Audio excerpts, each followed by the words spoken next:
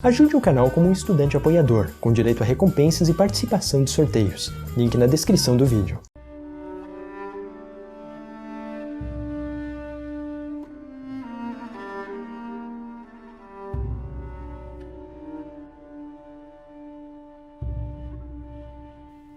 Sejam muito bem-vindos a mais um vídeo da série Conhecimento Judaico aqui do canal, em que no vídeo de hoje nós iremos estudar a respeito de um tema que é muito importante, mas também ao mesmo tempo um tanto delicado, especialmente com relação às tradições de religiões abraâmicas, como por exemplo o judaísmo, o cristianismo e o islamismo, que vem a ser sobre a homossexualidade. E mais especificamente, em nosso estudo, iremos observar e compreender a respeito de qual que é a visão que o judaísmo possui sobre a homossexualidade. Então, como este tema ele é, de certa forma, um tanto complexo e também envolve diferentes visões dentro das correntes judaicas, como, por exemplo, diferentes visões dentre o judaísmo ortodoxo para o reformista e o conservador, eu aqui vou dividir ele em algumas partes em específicas para que a nossa compreensão a respeito deste tema seja o mais ampla. Então, em um primeiro momento, nós vamos examinar a respeito do que a Bíblia hebraica nos fala sobre a homossexualidade, examinando ainda com mais particularidade alguns textos que se encontram na Torá escrita, no livro de Levítico. Também ainda iremos examinar algumas outras particularidades em outros textos que se encontram na Bíblia hebraica.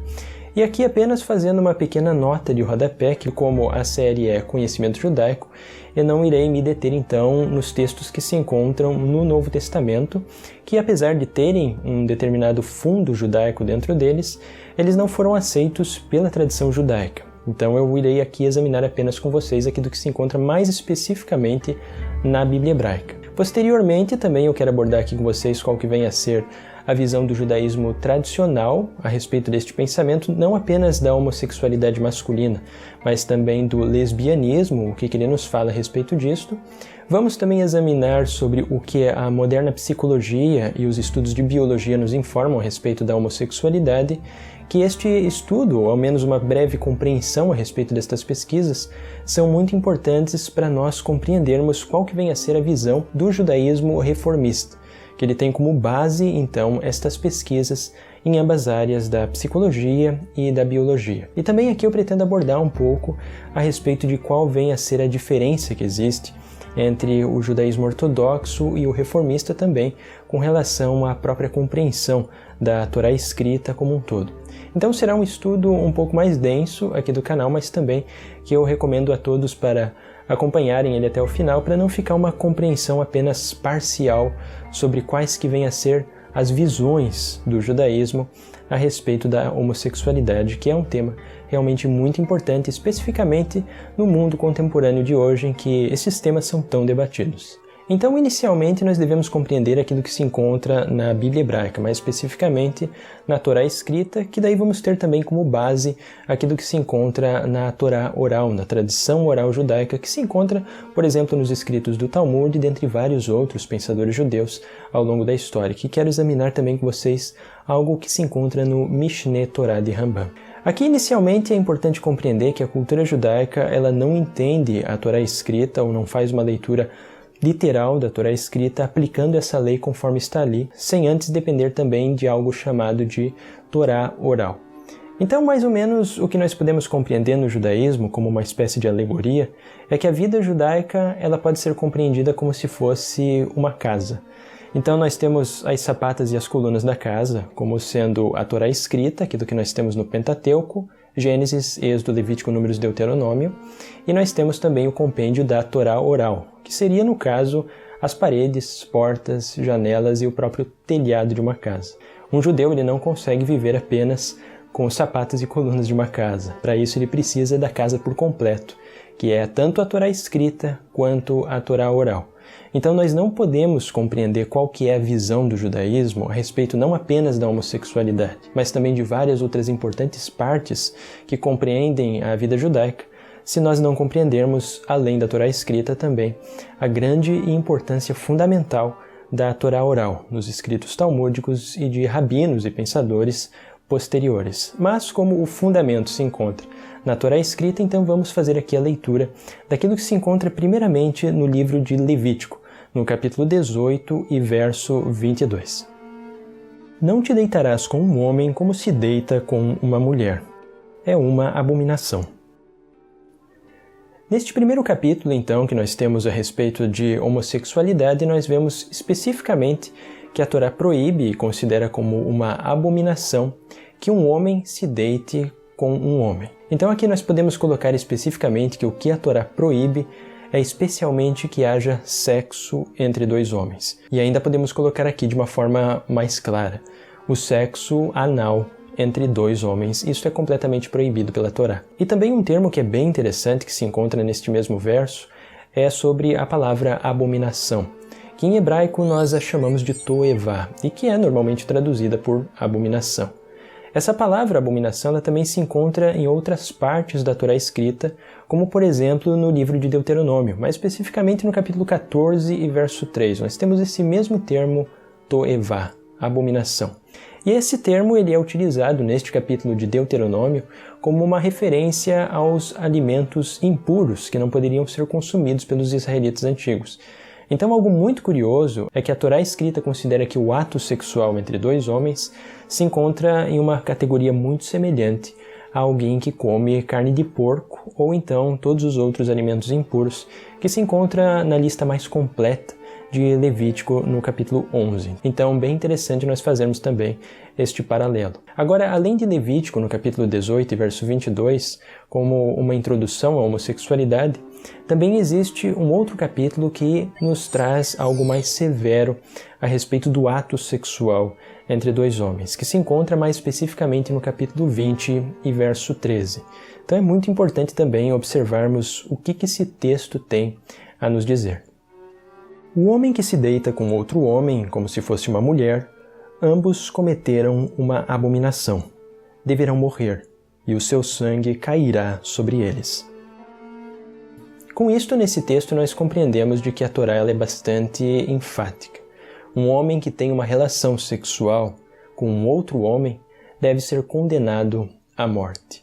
E aqui é que se encaixa na tradição judaica algo que é muito importante para se compreender quando também que a pena de morte deve ser aplicada.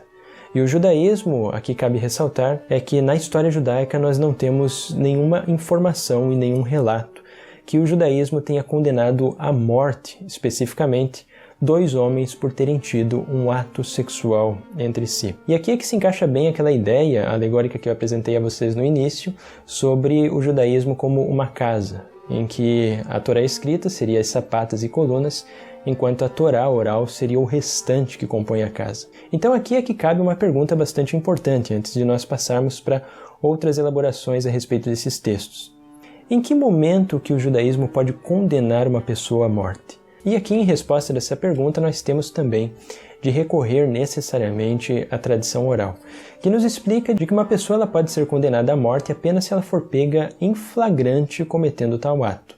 Mesma coisa acontece com outras gravidades e condenações à morte que nós encontramos na Torá também. Então, por exemplo, no ato sexual entre dois homens, primeiro é que esses dois eles deveriam ter sido pegos em absoluto flagrante.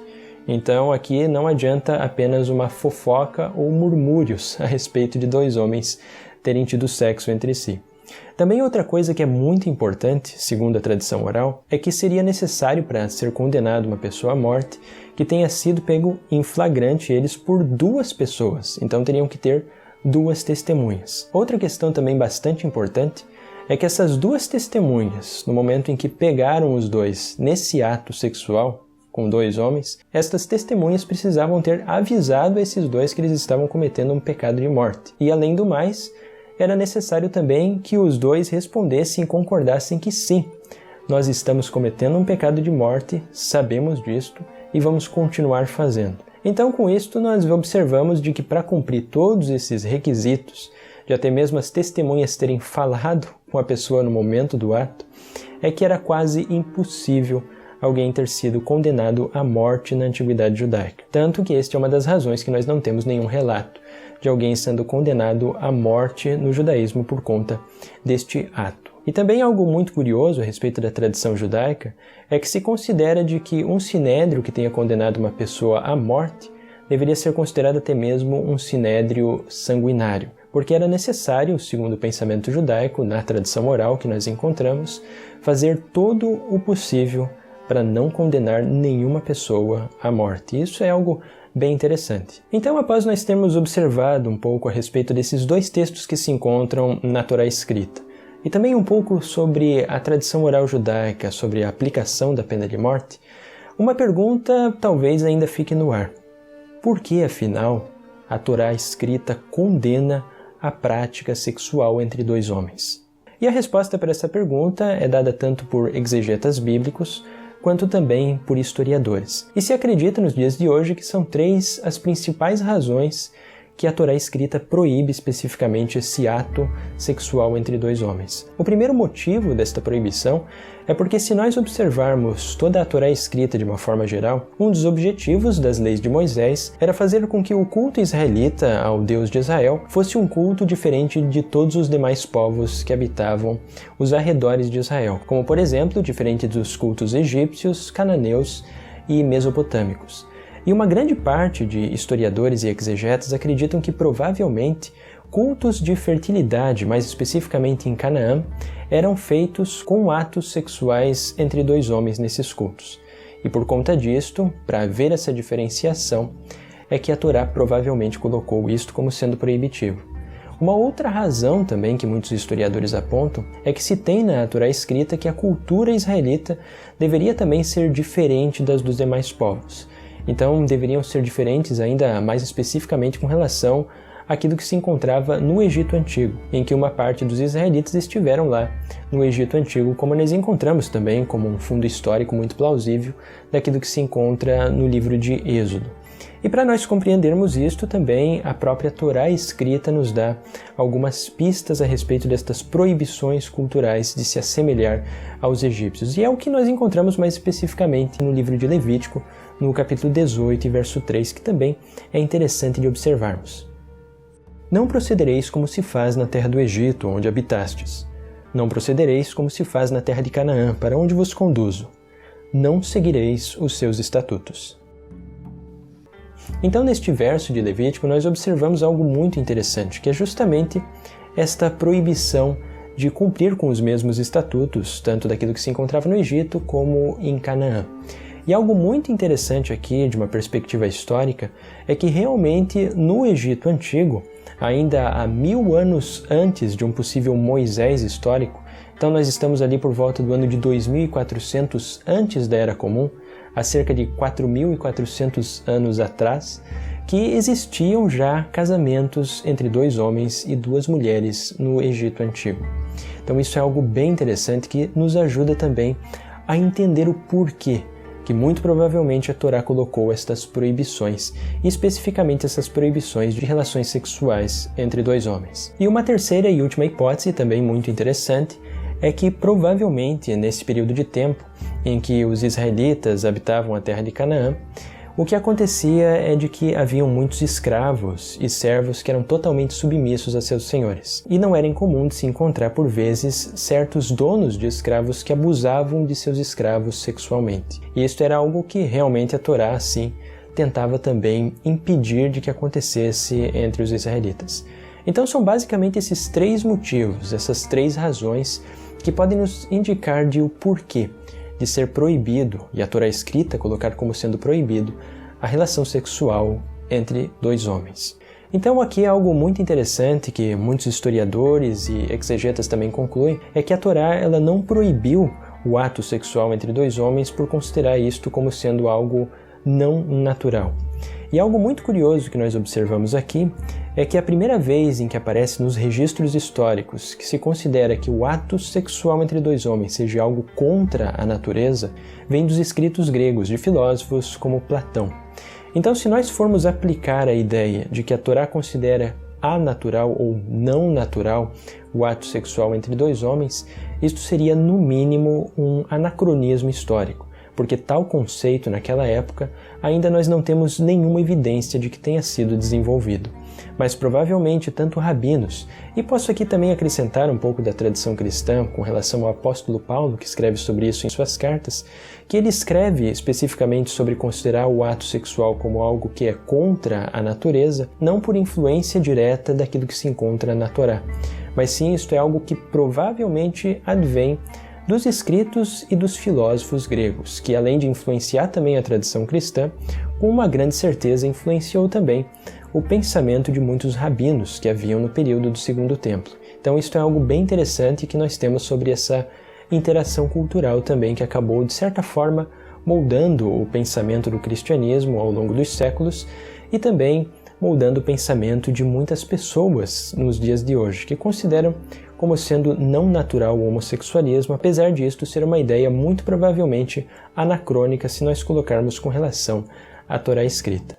Agora, algo muito interessante também, complementando a respeito disto, de que a Torá não considera especificamente algo contra a natureza, é que nós temos ainda outras evidências dentro dos textos da Bíblia hebraica que apontam de que a relação, ou ao menos a inclinação homossexual na antiguidade, era considerada como de certa forma natural.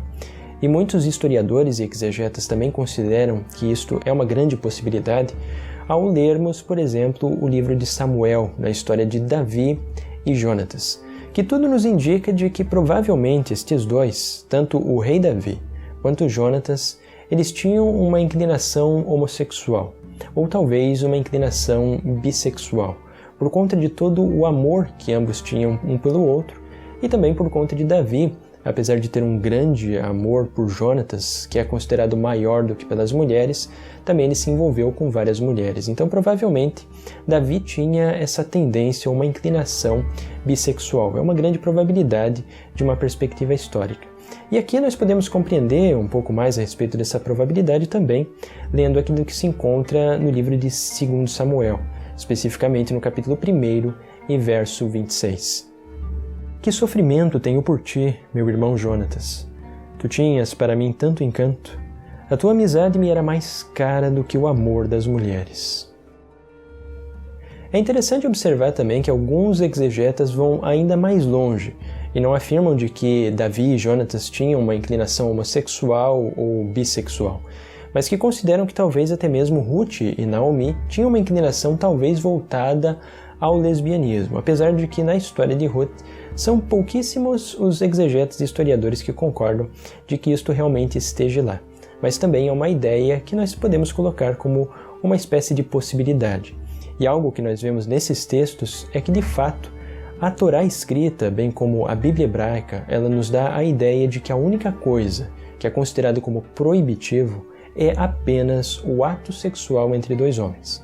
Mas a inclinação homossexual, nós não encontramos nenhuma proibição com relação a essa encontrado na Bíblia hebraica. Agora também é importante nós examinarmos a respeito do que a tradição judaica e o judaísmo rabínico de forma geral nos fala não apenas da relação homossexual como é encontrada na Torá escrita como sendo proibitiva de dois homens terem uma relação sexual, mas também o que a Torá poderia nos dizer ou que base nós poderíamos ter para proibir também um relacionamento lésbico, porque especificamente não tem nada falando a respeito das mulheres na Torá.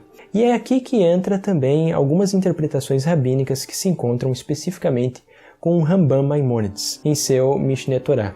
E também sobre Rambam Maimônides, lembrando que aqueles que são novos aqui no canal, há também um vídeo aqui no canal sobre a história de Rambam, que é considerado como um dos mais importantes pensadores do judaísmo. Não apenas naquilo que se refere a leis judaicas, mas também do pensamento filosófico judaico em seu Guia para os Perplexos. Então, deixo aqui anotado para os que quiserem conferir, se encontra o cartão aqui em cima sobre Rambam Maimônides. Mas vamos ver então o que ele nos diz a respeito do lesbianismo em seu Mishneh Torah, que é muito interessante de observarmos. As relações lésbicas estão proibidas. Esta é a conduta do Egito, em que fomos advertidos contra, como Levítico 18:3 afirma: não siga a conduta do Egito. Nossos sábios disseram: o que eles faziam? Um homem se casaria com um homem, uma mulher se casaria com uma mulher, e uma mulher se casaria com dois homens. Com isto aqui, através do Mishneh Torah, nós compreendemos de que as relações lésbicas, elas também, com base em Levítico 18:3, estão proibidas por ser considerado como uma conduta do Egito, e a cultura judaica deveria ser diferente. Agora também aqui é interessante que a lei oral ela aplica uma penalidade também ao lesbianismo, enquanto que ao homossexualismo, a dois homens terem sexo em si, é considerado como pena de morte, segundo a Torá escrita. O lesbianismo, no caso, seria condenado à flagelação. Essas são as diferenças também que existem de condenação dentro da tradição oral judaica. Algo também que é interessante de acrescentar é que a tradição oral judaica, por considerar que o derrame de sêmen em vão, ou chamado zera levatalá, é algo proibitivo, considera também que é proibido haver uma relação sexual entre dois homens, porque isto incorreria necessariamente em um derrame de sêmen em vão. Um sêmen sem propósito, um propósito reprodutivo, ou ao menos que inviabiliza qualquer tipo de reprodução. É claro que aqui cabe acrescentar de que o derrame de sêmen em vão, ele não é em todas as ocasiões proibitivo com relação à mulher, como eu vou abordar ainda num vídeo posterior com base no Tratado Talmúdico de Yevamot 34b. Existem algumas exceções com relação ao sêmen do homem e a mulher entre ambos numa relação sexual. No entanto, aqui cabe já acrescentar de que existe essa proibição também por considerar o derrame de sêmen em vão como algo proibitivo dentro do judaísmo e por isto ser proibido também o ato sexual entre dois homens. Algo que também é interessante na cultura judaica é que existem alguns escritos rabínicos do período medieval que consideram também que a relação sexual entre dois homens deveria ser proibida, porque isto seria considerado um desperdício de sêmen da mesma forma que um homem se casa com uma mulher estéril. Então o sêmen ele precisa ter necessariamente um objetivo de produzir filhos. E como é impossível no caso de uma mulher ser estéril, assim como é impossível no caso de dois homens, isto também seria considerado proibido. É assim que a tradição judaica vê a respeito da homossexualidade. Mas aqui cabe acrescentar também algo que é muito importante. A tradição judaica ela não condena em si a inclinação homossexual, o fato de um homem gostar de um outro homem, assim como de uma mulher gostar de uma outra mulher. Isto não é algo condenável na tradição judaica. O que é condenável, especificamente, é somente a relação sexual entre dois sexos iguais, sejam homens ou sejam mulheres. Uma outra característica muito importante do judaísmo tradicional rabínico é que apesar de o judaísmo ele considerar de forma geral de que o casamento entre duas pessoas do mesmo sexo é algo proibido, é interessante de se observar de que os rabinos em estados maiores em que as comunidades judaicas são mais influentes, como por exemplo no Estado de Israel, assim como nos Estados Unidos, eles consideram, mesmo rabinos bastante religiosos, de que o Estado ele não deveria interferir com relação a isto para todas as pessoas do seu país, como por exemplo fazer com que o Estado impeça que pessoas que não façam parte da religião judaica se casem entre si, mesmo sendo do mesmo sexo. Isto porque o judaísmo ele não é uma religião proselitista, então ele não espera que todas as pessoas de seu país, onde ele vive, observem as mesmas leis que os judeus estão acostumados. E muitos rabinos, mas aqui, claro que cabe salientar de que não são todos os rabinos, mas existem muitos e importantes rabinos, tanto no Estado de Israel quanto nos Estados Unidos, que consideram de que se o Estado proíbe o casamento entre pessoas do mesmo sexo, isto estaria necessariamente violando a secularidade do Estado e também estaria violando o livre direito que as pessoas têm de escolher as suas próprias religiões. Então nós podemos compreender de que o judaísmo, mesmo o mais tradicional, ele considera de que o Estado ele não deve interferir com relação à escolha de cada indivíduo. O judaísmo é para os judeus e não deve ser algo obrigatório para que as pessoas cumpram as leis judaicas com relação a casamentos do mesmo sexo. A mesma coisa acontece em que o Estado ele não deve interferir da mesma forma que todas as pessoas de seu país sejam impedidas de consumir a carne de porco ou então todos os outros alimentos que se encontram em Levítico no capítulo 11.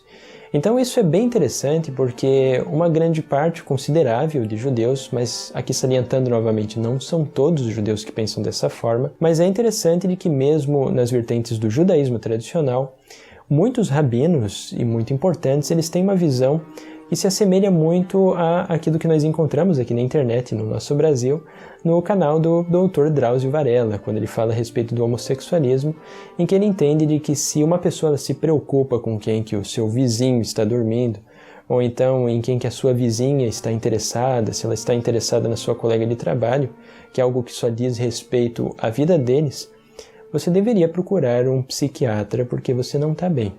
Isso é algo que depende da família e da particularidade de cada pessoa.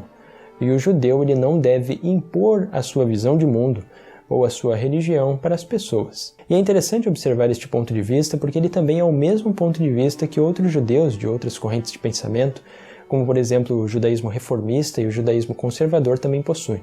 Mas é claro que tanto o pensamento do judaísmo reformista quanto o conservador, eles são mais ativos com relação ao judaísmo ortodoxo nesse tipo de pensamento. E aqui então, para nós compreendermos sobre qual que vem a ser o pensamento ou a abertura que o judaísmo, mais especificamente o reformista, tem com relação a casais do mesmo sexo, o casamento homossexual, dentre várias outras situações, que nos dias de hoje também é muito debatido aqui no nosso país, no Brasil, cabe aqui nós apenas compreendermos qual que vem a ser a visão ou a posição que tanto a psicologia quanto a biologia moderna têm a respeito desses importantes temas. E aqui é interessante de nós entendermos que as ciências que estudam a respeito da homossexualidade hoje, especificamente a psicologia e a biologia, consideram que muito provavelmente isto se desenvolve, ou essa tendência a gostar de uma pessoa do mesmo sexo, ainda enquanto está se desenvolvendo o bebê no útero de sua mãe. Então ainda no período em que se é um feto.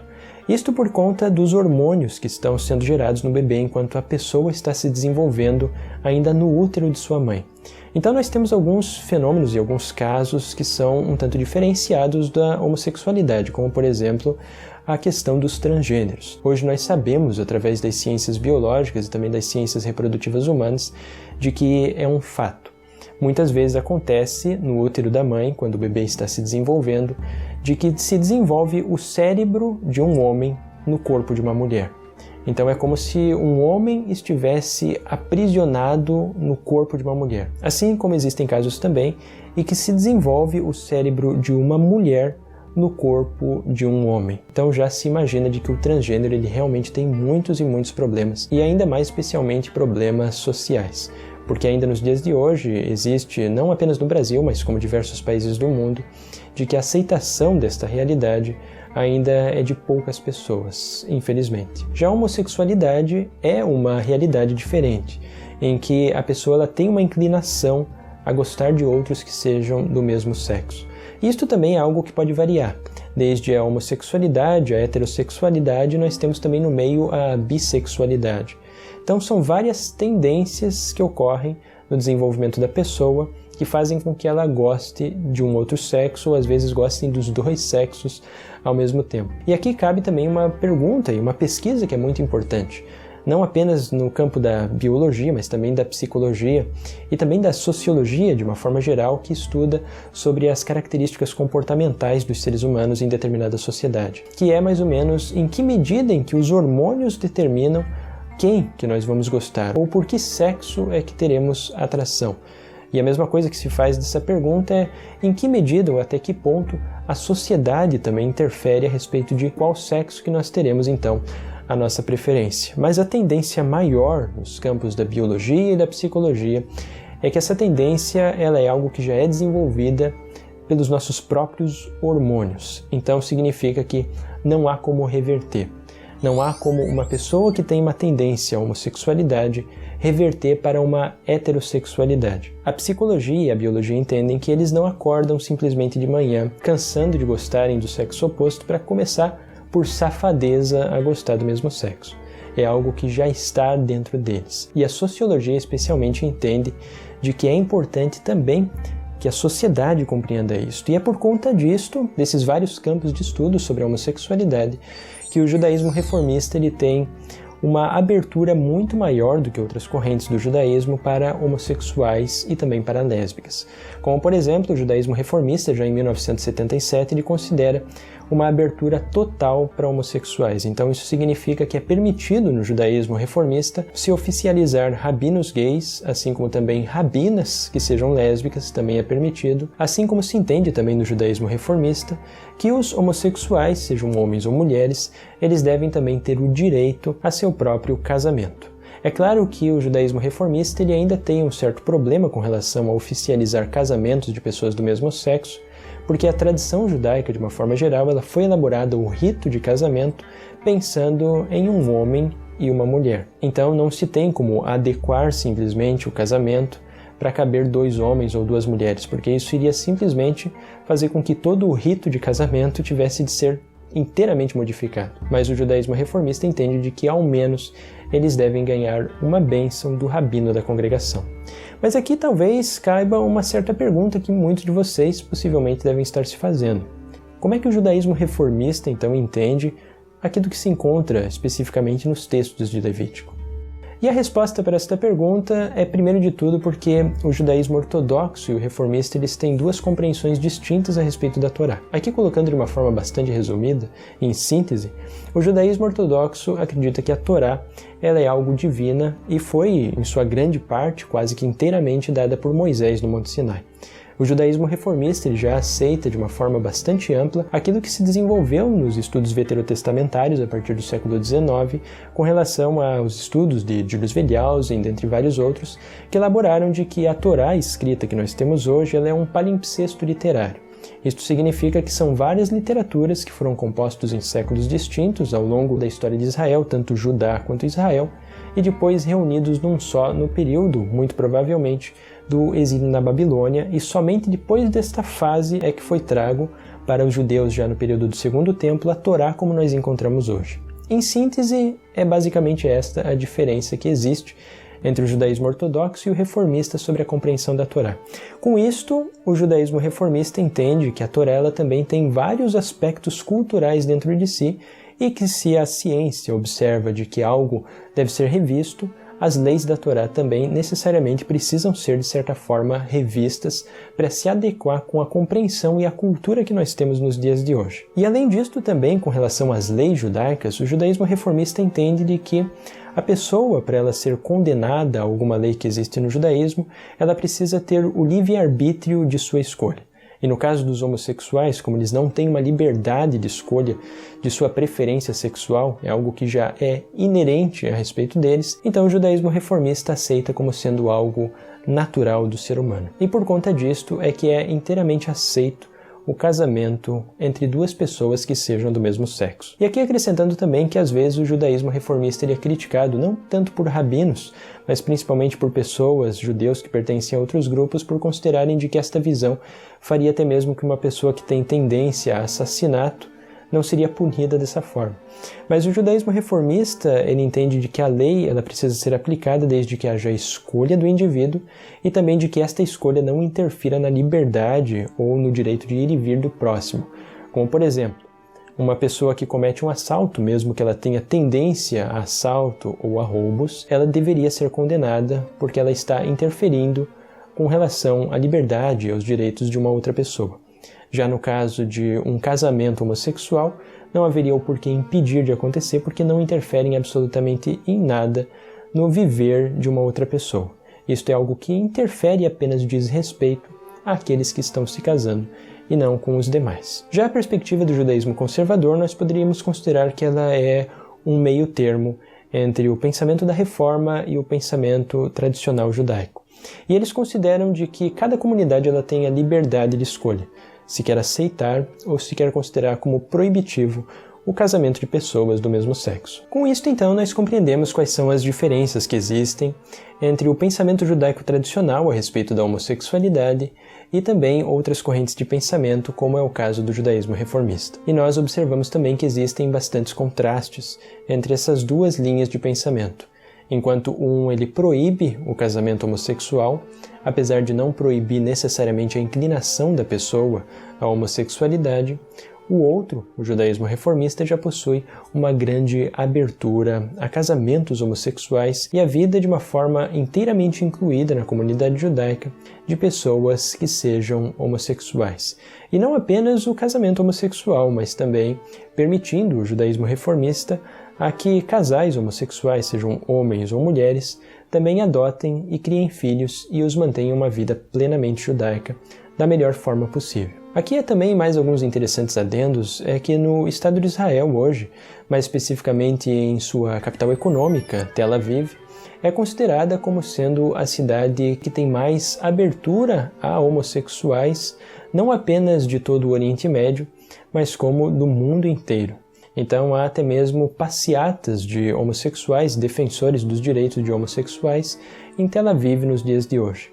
E também aqui, algo que por fim cabe aqui acrescentar para aqueles que querem se aprofundar ainda mais na cultura judaica e também compreendendo mais a respeito de qual que vem a ser o pensamento judaico sobre a homossexualidade e ainda mais especificamente sobre o lesbianismo, eu coloco aqui para vocês, deixo de recomendação, um excelente filme que é chamado de Hazonot, que pode ser traduzido como Segredos, mas foi traduzido para o português especificamente como Segredos Íntimos, que é um filme desenvolvido em Israel, então todo o diálogo dele é em hebraico, mas aqui no YouTube vocês poderão encontrá-lo também com todas as legendas em português. Então é um excelente filme que vocês já poderão preparar a pipoca e saborear ainda mais a respeito da cultura e da tradição judaica sobre a homossexualidade, também com esse excelente filme que eu deixo de recomendação para todos vocês.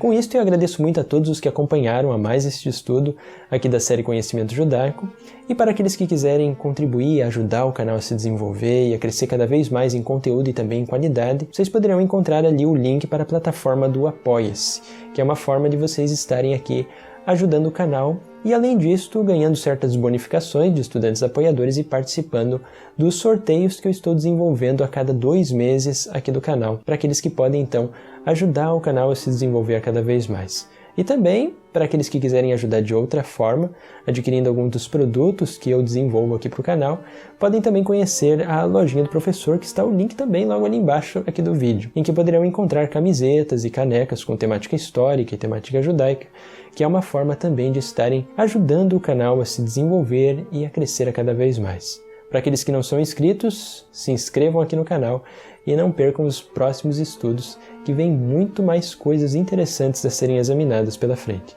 Com isso, agradeço muito a todos e nos vemos até o próximo vídeo.